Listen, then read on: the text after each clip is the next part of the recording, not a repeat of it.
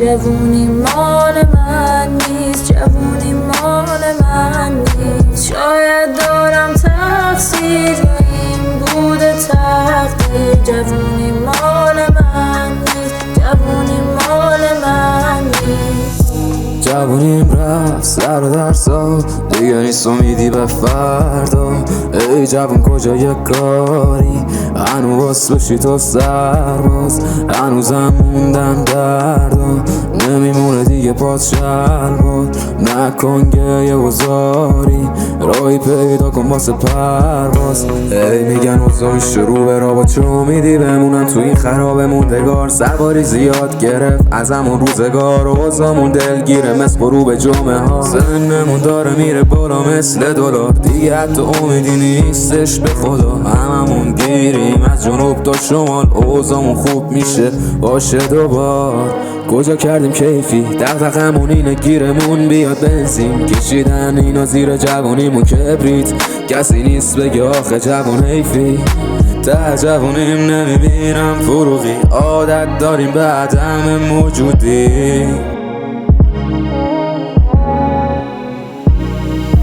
شاید این تقدیر، جوونی مال من نیست، جوونی مال من نیست، جوونی مال من نیست. شاید دارم تقصیر یا این بوده تقدیر، جوونی مال من نیست، جوونی مال من نیست. چطور روت میشه اسم خودتو جوون بذاری، وقتی نبودی واسه زخمات دنباله بتادی. هنو توی جیبات پیدا میشه هزاری، سنگ رو سنگ بندی اگه فقط بنالی.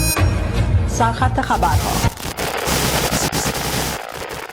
واسه فردا تو شی جمع کن، نه اینکه صبح تا شب غرغره کنی الکل. لاغر با هم سن و سالات فرق کن، بذار بشه پشت سرت 7 بار.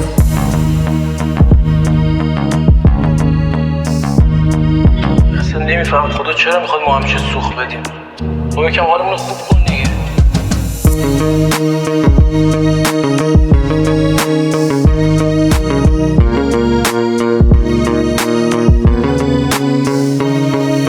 شاید این تقدیر، جوونی مال من نیست، جوونی مال من نیست، جوونی مال من نیست. شاید دارم تقصیر یا این بوده تقدیر، جوونی مال من نیست، جوونی